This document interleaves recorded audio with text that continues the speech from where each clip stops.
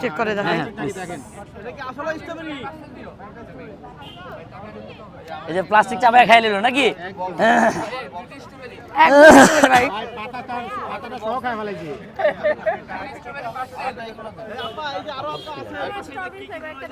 অনেক খাইছি ভাই, এত মজা মনে যাচ্ছে যে পুরাটা ধরে নিয়ে যায় বাসায়।